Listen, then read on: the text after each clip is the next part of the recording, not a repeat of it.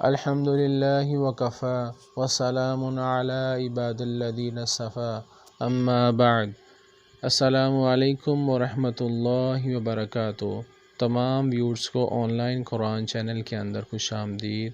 آج میں آپ کو علم التجوید کی اہمیت قرآن اور حدیث کی روشنی میں مختصراً بیان کروں گا، اور علم التجوید سیکھنا ہمارے لیے کیوں ضروری ہے اس کے بارے میں آپ سے شیئر کروں گا۔ اللہ تعالیٰ کی عطا کی ہوئی بے شمار نعمتوں میں سے ایک نعمت ایسی ہے جو اللہ تعالیٰ کی مخلوق نہیں ہے، بلکہ اس کا عظیم الشان کلام ہے، جو اس نے اپنے نبی کریم صلی اللہ علیہ وسلم پر اپنے بندوں کی رہنمائی کے لیے نہ صرف نازل کیا، بلکہ محض اپنے لطف و کرم سے قیامت تک کے لیے اس کو محفوظ بھی کر دیا۔ ہم پر لازم ہے ہم اپنے پروردگار کی اس عظیم نعمت کا شکر ادا کرنے کے لیے نہ صرف یہ قرآن حکیم کو صحیح طور پر پڑھنا سیکھیں، بلکہ علماء کرام کی رہنمائی میں اس کے معنی میں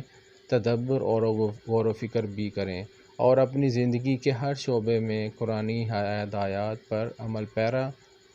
ہوتے ہوئے رہتی دنیا تک اس کے نور کو پھیلانے کے لیے اپنی توانائیاں بھی حتی الامکان صرف کریں۔ قرآن حکیم کو درست طور پر پڑھنے کے لیے جو علم حاصل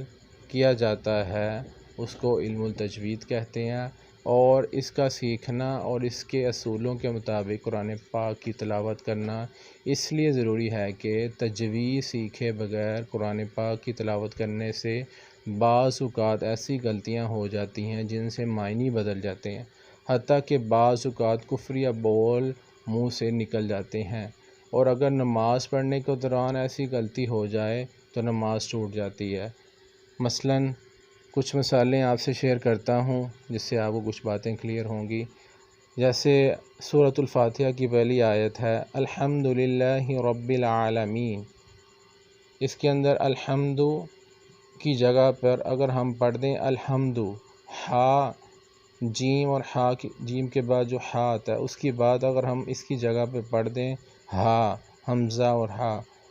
تو اس سے اللہ رب العزت کی تعریف کی بجائے برے معنی بن جاتے ہیں۔ اسی طریقے سے سورۃ الکافرون کی ایک مثال ہے جس میں لا اعبد، ٹھیک ہے، لا لام کے اوپر الف کے اوپر مد ہے، جس کو لمبا کرنے کے بجائے چھوٹا پڑھنے سے یعنی لا اعبد پڑھنے سے معنی یہ بن جاتا ہے کہ اے کافرو جن بتوں کی تم پوجا کرتے تھے، یہ اس کا اصل معنی۔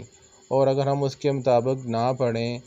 مد کو لمبا نہ کریں، تو اس کا معاذ اللہ یہ معنی بن جاتا ہے میں بھی انہی بتوں کی پوجا کرتا ہوں۔ اسی طرح تجوید سیکھے بغیر تلاوت کرنے سے قرآن پاک کی تلاوت کا ادنا سا حق بھی ادا نہیں ہوتا، جس کی بنا پر تلاوت کرنے والے کو اپنی تلاوت سے وہ لطف اور قرب الہی حاصل نہیں ہوتا جو تجوید سیکھنے کے ذریعے حاصل ہوتا ہے۔ علم التجوید کی اہمیت کے بارے میں چند آیات اور کچھ احادیث اور کچھ علماء کرام کے اقوال آپ کے ساتھ شیئر کرتا ہوں۔ اللہ رب العزت نے قرآن مجید کے اندر ارشاد فرمایا ہے وَرَتَّلْنَاهُ تَرْتِيلًا، ہم نے قرآن مجید کو ترتیل کے ساتھ اپنے رسول اللہ صلی اللہ علیہ وسلم کو پڑھ کے سنایا، اور دوسری جگہ ارشاد فرمایا وَرَتِّلِ الْقُرْآنَ تَرْتِيلًا، قرآن مجید کو خوب ٹھہر ٹھہر کر اطمینان کے ساتھ پڑھو، اور تیسری جگہ پر ارشاد فرمایا ہے الَّذِينَ يَتْلُونَهُ حَقَّ تِلَاوَتِهِ، کہ قرآن مجید کی آیتوں کی تلاوت اس طریقے سے کرو کہ ان کا حق ادا کرو۔ تو تمام ویورز، اس آیت کو میں تھوڑا سا مختصراً آپ کو یہ بتانا چاہتا ہوں اس آیت کے اندر کہ اللہ رب العزت نے یہ کہا کہ قرآن مجید کی تلاوت ایسے کرو کہ اس کا حق ادا کرو۔ تو وہ حق ہم کیسے ادا کریں گے؟ وہ حق علم التجوید کے ساتھ ہوگا، مخارج الحروف کے ساتھ ہوگا، حروف کی ادائیگی کہاں سے کرنی ہے، حروف کو کہاں پہ گنہ کرنا ہے، کہاں پہ مد کرنی ہے، حروف کا جو اصل مخرج ہے اس کے مطابق اس کو وہاں سے ادا کرنا۔ یہ مطلب سب سے مین اہم چیز مخارج الحروف اور حروف کی صفات یہی چیزیں ہوتی ہیں جس سے ہم قرآن مجید کا حسن کو دوبالا کر سکتے ہیں اور اس کی جو تلاوت کا حق ہے وہ ادا کر سکتے ہیں۔ جیسے اللہ رب العزت نے ہمیں ایک تحفہ دیا ہے قرآن مجید کے اندر کہ ہم قرآن مجید کی ایک حرف کو پڑھیں تو ہمیں 10 نیکیاں ملتی ہیں۔ تو وہ لہٰذا ہمیں وہ ایک حرف کے اوپر 10 نیکیاں اس وقت ملے گی جب ہم قرآن مجید کی تلاوت کو اس کا حق ادا کریں گے۔ وہ حق یہی ہے کہ ہم حروف کو اس کے مخارج کے مطابق پڑھیں اور اس کی صفات اور اس کے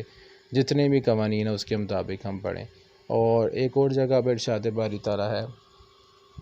وَقُرْآنًا فَرَقْنَاهُ لِتَقْرَأَهُ عَلَى النَّاسِ عَلَى مُكْثٍ۔ قرآن کریم کو ہم نے صاف صاف اور واضح انداز میں ترتیل کے ساتھ اتارا تاکہ آپ اسے لوگوں کے سامنے ترتیل کے ساتھ پڑھ کر سنائیں۔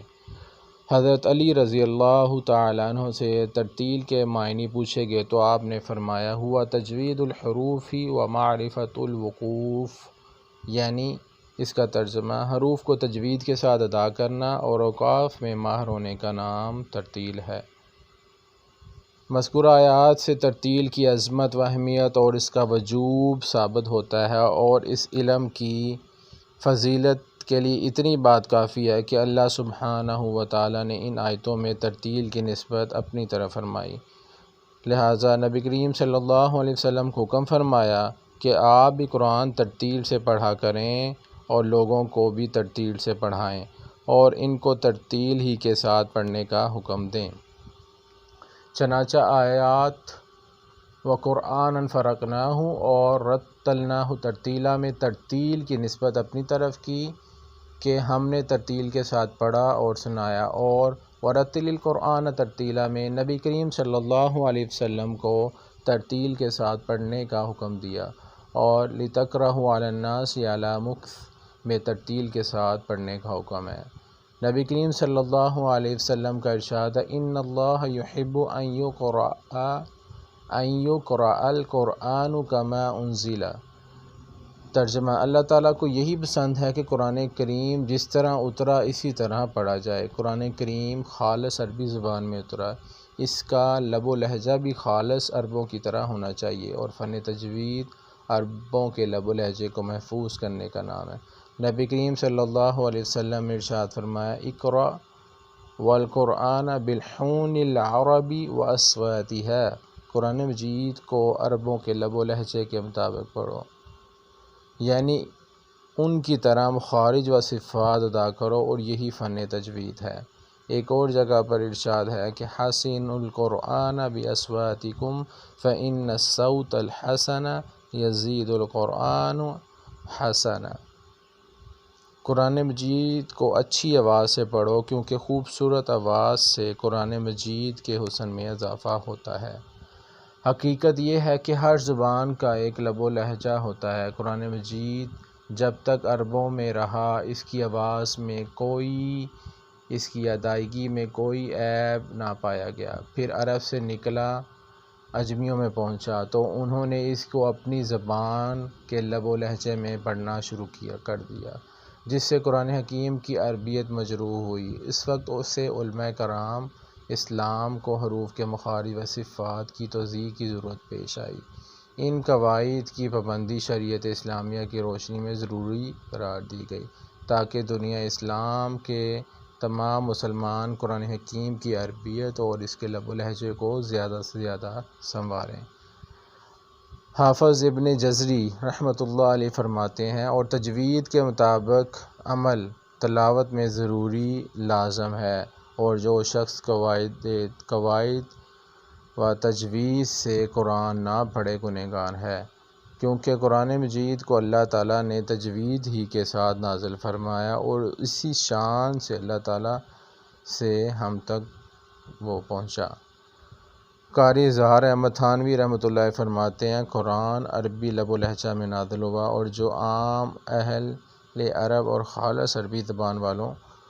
کا ہر قسم کی بوئے عجمیت سے پاک لب و لہجہ تھا۔ اسی لب و لہجہ میں نبی کریم صلی اللہ علیہ وسلم نے پڑھا، اور یہی لب و لہجہ آگے بھی قرآن کے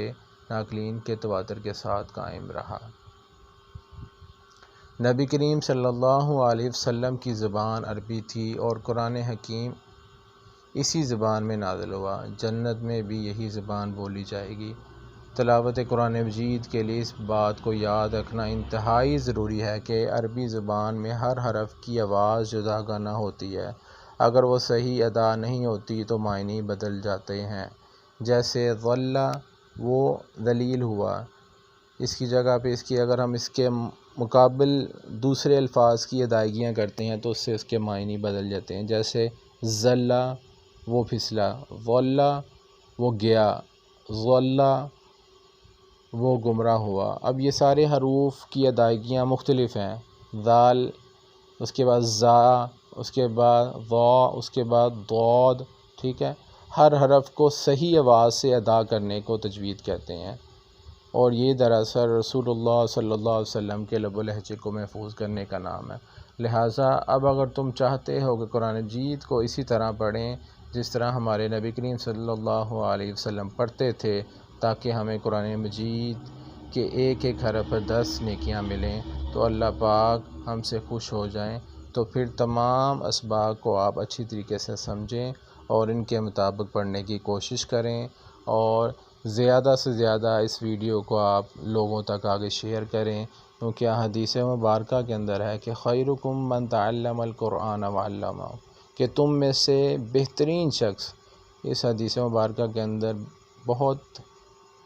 تکرار کے ساتھ فرمایا گیا ہے کہ تم میں سے بہترین شخص وہ ہے جو خود قرآن سیکھے اور دوسروں کو سکھائے۔ تو تمام ویورز سے یہ ریکویسٹ ہے کہ اس ویڈیو کو میکسیمم لوگوں تک شیئر کریں، اور صدقہ جاریہ کے طور پر لوگوں کو یہ ویڈیو شیئر کریں تاکہ لوگ اسے مستفید ہو سکیں۔ اللہ تعالی ہم سب کا حامی و ناصر ہو، اللہ تعالی ہم سب کو